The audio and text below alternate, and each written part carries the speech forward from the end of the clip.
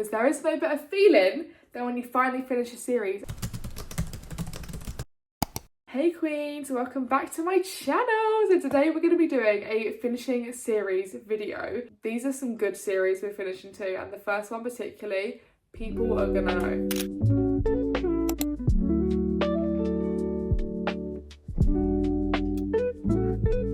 Okay, Kingdom of Ash. I'm currently on page 804, so I have just under 100 pages left, I believe. Yeah, oh my god, I have under 100 pages.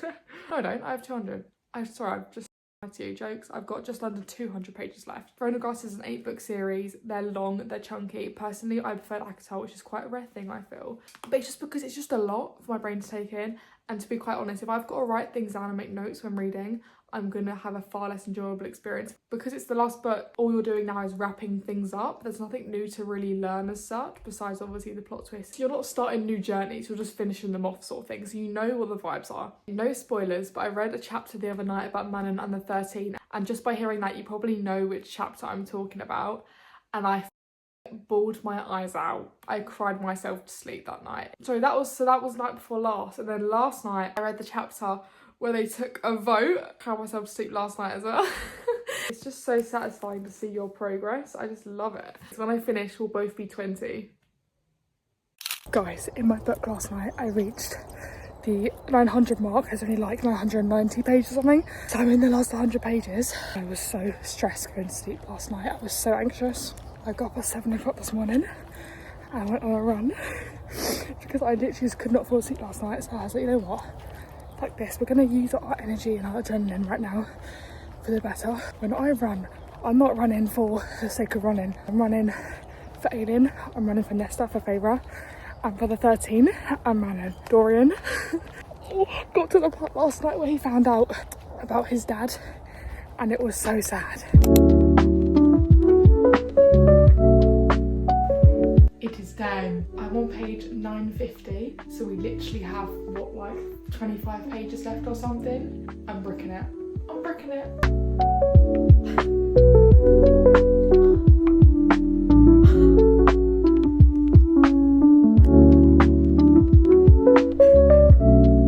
I've just got to an interesting bit. I don't know what's going to happen, but I wanted to film it in case it was important. Here we are. Oh my god, I just finished it. I just finished it. I didn't think it was gonna end that soon. As you would have seen from last night's clips, I'm now a Throne of Glass warrior and I have completed it. It's so soul destroying because while I was reading the series from day one, they were always slightly hard to get through because there was a lot going on, a lot of information, but nonetheless, the plot always slapped. And I was kind of excited to get through them. Whenever I was reading them, I kind of felt like I was dragging my feet through a little bit because there was so much going on. But now I've finished it, looking back, it is one of the most magical, complex, well thought out plots I've ever read. Facts, period. This series was done so well. The way everything ties in is so perfect and magical, and as someone who's quite spiritual, I believe that everything happens for a reason. Everything's kind of linked together. That is exactly how this series works. I'm gonna round up this book without any spoilers. So Aelin, if you've read Empire Storms, you know how that ends, and this one starts with that. And then I don't know what else to say. I don't want to spoil anything. Throughout the whole 7 books previous to this one, Aelin does these small acts of kindness. And even though she's an assassin, so she obviously still gives people these acts of kindness when necessary. And they're basically indebted to her without it being written. And then in this book, every single person near enough that she met in the first 7 books and she did the smallest, ickiest little favour to, all come back together and help her win her kingdom back. Like, what? Honestly, oh, I bawled my eyes out. I haven't finished tabbing, as you can tell. I need to do this last chunk still. If you're thinking about starting Throne of Glass, please just do it. Like, even though it's a lot, and I did have to, like, make notes and all the names and who they were, it is worth it. I'm obviously going to rate this a 5 stars. It would be a crime to rate it anything else but a 5 stars. It just deserves a 5 stars because of how well the entire series is thought out to lead up to this one big moment. And I just love the underlying message of small acts of kindness. Hello, hello, mama, how are you? It is time for book 2. So this video is obviously called Finishing Series I've started.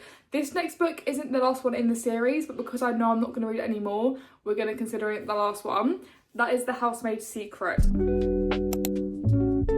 The first one we actually read in, I think, the last video or the video before. It was the, oh my god, what was it called? And I loved the first one, so I gave it 4 stars. One thing I will say is Freida McFadden writes really good prologues. It's literally like 2-3 pages, but it always leaves you wanting to know what's happened. We're going to start this tonight, and I'm hoping, I've actually planned this video out really well, because Fearless by Lauren Roberts comes out April 8th, and I'm so effing excited, and I'm hoping the works near me brings it out on the day with the sprayed edges, because I need that for my collection. Anyways, let's start her. We're gonna keep her. Girly pops, we're so back. It is the 5th of April, so we have 3 days. Fearless comes out, so I'm in a rush to finish this. All right, I just boshed through a good like 30 pages, and I'm actually really enjoying it. I'm on page 281 and there's like 320, I think. This is so good. I've seen a lot of reviews being like, first one's really good, second one's predictable. And yes, I can admit I'm a slow person. Like, it takes me a bit longer than everyone else to catch up, whether that's a joke, whether that's a book. I'm gonna be the last one to get it. But I didn't guess any of it. Not that I'm really trying to guess what's gonna happen, but even if I'm like sat here reading, like thinking, I wonder who this is gonna be or what, like there's a point where Millie's getting followed around by a car, and she keeps seeing the same car following her, and obviously I was like, I wonder who it is. And to be fair, I kind of did guess who it was, but I was never 100% sure, and it was never obvious that it was going to be said person. The actual plot I did not guess. Obviously you can kind of guess because of the last book what is kind of going to happen in some sort of range, but I didn't get it spot on. I definitely would read more Freida McFadden because I think her books are great and they're really fast, really easy. I also made a TikTok being like, when you reach part 2 in a Freida McFadden book, because the second you reach part 2, your world's tipped upside down. Like, everything you know to be true is no longer true. And then part 2 is like explosive. I'm definitely in the last stretch now where we're kind of at the resolution part. Let me just show you a book I found in the track shop the other day, because I'm so gassed. Look what I found. Look what for a pound. I literally went looked around, picked it up. I literally, tears were welling in my eyes, and I was like, come see. She's stunning, and every time I look up at her and see her on my shelf, I literally can't believe it's my life. Who knew such a simple thing could make a girl so damn happy? This literally has completed my life. Like, what does one do with themselves now? And it's actually kind of crazy, because when I first read you know what, shall I stop talking about this book, because it's not really what we're supposed to talk about now. But when I first read Queen of Shadows, this was the one that I was like, I kind of want this one in the original cover. It's been like 2 weeks, I think, since I finished Kingdom of Ash, and then I found it, and dare I say we manifested? Each to their own, I guess. My little Dumbledore from my bookshelf just came apart, and I couldn't find his backside.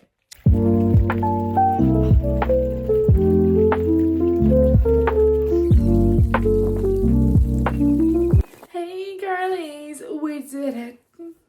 We did it. Finished this morning. I went out last night and I woke up painfully hungover. My whole body was aching, and all I could do was eat my leftover chips and chicken nuggets and read The Housemaid's Secret, and I finished it in about an hour. I absolutely love this book. I gave this book 4 stars. I remember seeing a review that was basically saying how they thought the storyline was like ridiculous and like really stupid. I looking for it kind of slapped. I've only read 2 Freida McFadden books, but I feel like with both of the first and the second books, the storyline is, they're based off true topics, for example, like abusive relationships. However, there's parts in the books that are kind of almost so stupid that it's comedic, but it kind of adds to the story in a positive way.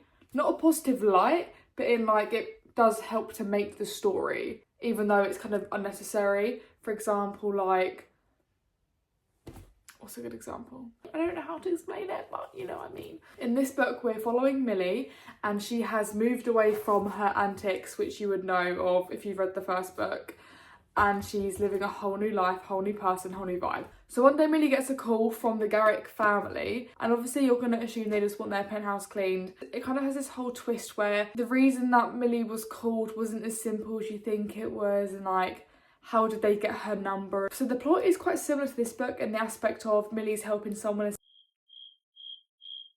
However, the actual details of the plot are totally different, so don't worry about being bored or it being repetitive. And that is what makes this book. It is the plot twist, it is the turns. So that is another series completed, and we're now on to the next book to finish a series I'm gonna read is 𝘴𝘰𝘤𝘪𝘢 by Lauren Roberts, which is part of the 𝘴𝘰𝘤𝘪𝘢 trilogy. But it's kind of turned out into a whole thing where apparently 𝘴𝘰𝘤𝘪𝘢 isn't coming out in paperback in the UK for quite some time. I'm seeing Lauren Roberts talk in London and I'm getting a signed paperback then, and I've paid for 30 quid for it. I'm not going to be able to read the damn book until the paperback comes out. I love doing this.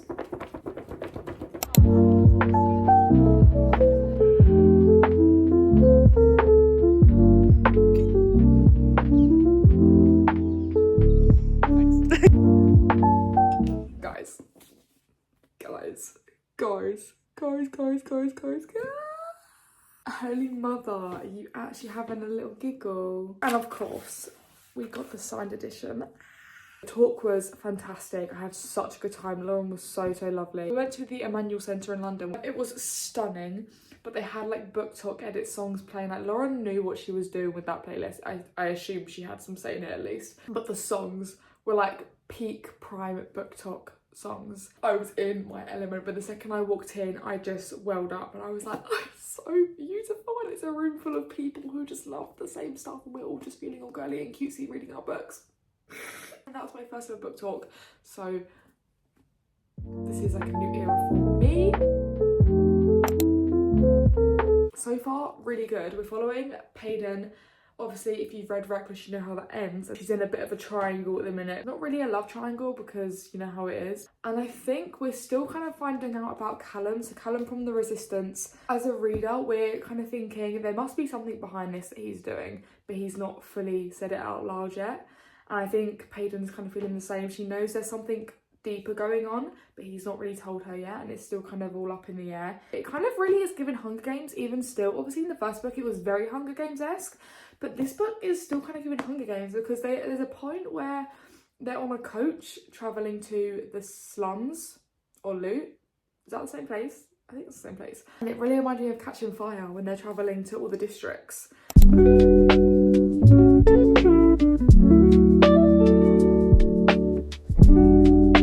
We're now up to page, oh, I just lost my page, 185. So we're quite a good chunk in, not that you can really tell. Update though, I'm really enjoying it. It's definitely a different writing, not style, it's a different plot, because the first two books we're watching Kai and Payden yearn over each other, this back and forth, you want what you can't have, enemies to lovers, false, not really false, but true. Anyways, and in this book, even though it's the same where they still can't have each other, they've both kind of just accepted that they're going to do it on the down low anyway. I've definitely confirmed Lauren's my favourite author because her writing is just stunning. She actually said in the book talk that she really likes writing poetry, which makes so much sense because she definitely uses Kai as an outlet for her poetry, because the things that this man comes out with, oh, stunning. Even though I do love a yearn, I do love like this whole can't have what you want what you can't have, and even though they do technically have each other, they don't really on paper, but like because they've emotionally kind of checked out from reality, it feels like that part of time is over now. I feel like we've matured. I feel like we're no longer screaming and crying and throwing our food off our plate because we can't have what we want. Instead, they've just accepted their fate and they're just going along with it. Update. I've literally had not a shit day, but I've had quite a low day, so I've scratched my plans and we've sat outside and I've been reading all day for the last like 4 hours, which is fabulous. I'm in the same position in the sun, catching a tan. A big chunk through. We're literally so near the end. I've had like the big plot twist, so I've delved into Payden's family history, Callum's kind of more heavily on the scene, the 𝘴𝘰𝘤𝘪𝘢's history. It's getting dark, deep for sure, a little bit dark. I have cried, tears have been shed, but I was crying anyway today, so I'm not really surprised.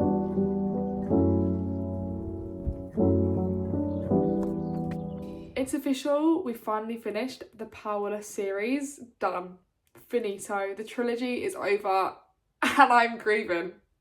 I'm grieving really hard. Look at the stunning amount of tabs. I was highlighting near enough every single page in this damn book, tabbing every page. If you love yourself some poetry, Lauren Roberts is the author for you because her writing is just so beautiful. She has previously said, I think it was actually at the book talk I went to, she mentioned how she loves writing poetry, and it really just came through in this entire book, as it does for all of the books. We're following Pain in the Car. Obviously, you know how the last book finishes, so you're basically just watching them in a very mature, respectable manner, actually, work through their feelings without ruining the kingdom. I'm trying to skirt around the facts. My favourite part was actually the whole figuring out the family situation, because towards the end half of the book, a selection of characters' families are kind of like brought to the surface, and you find out these secrets that even they didn't know themselves about their family line and who actually this and that. And it really was giving that song Family Line by, I can't remember his name, I'm gonna put it up here. I don't know what to say. I'm not gonna lie to you, like, I'm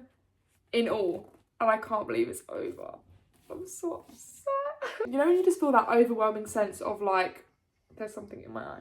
I think it's honestly pride and like proudness of the characters you're reading about. All of our characters start off so unsure of themselves, kind of, and by the end it's so beautiful to watch them finally come into themselves and know that they are worth every penny. This series has straight up changed my life. Lauren Roberts is definitely my favourite author because she could not have done any better with these books. Like, they are just, she has my exact same music taste to a T. Like, I'm sorry, I was looking at that sprayed edge. Ooh, obviously powerful as well. Actually, Powerful is my favourite novella I've ever read. If you love enemies to lovers, you love yearning, and you're just getting into fantasy, this is where you want to go. These books are so easy, the world building is so simple, but there definitely was a few more fantasy elements in this book, more so like creatures as such, which was actually really interesting to see because Lauren Roberts didn't really include a lot of creature type monsters in the other books. Thank you so much for watching this video. I had so much fun finishing off all these series. Also, it just feels like such an achievement to get through the TBR. I feel like it's a known thing where there's always that pressure when you start a new book, but you still have series that you're in the process of and you feel guilty for not finishing off the series first. I did it. I did it. I must say, I also can't believe I finished Throne of Glass, Kingdom of Ash, Housemaid's Secret, Fearless. What a selection of damn books. What a great set of series. Let me know if there's any series that you guys love and you would like me to be looking into, and I surely will hop on that. If I see one good review for a book, I'm straight on it and it's going straight to my Goodreads TBR. No doubt. No doubt. I love you guys so much and I will see you guys very, very soon.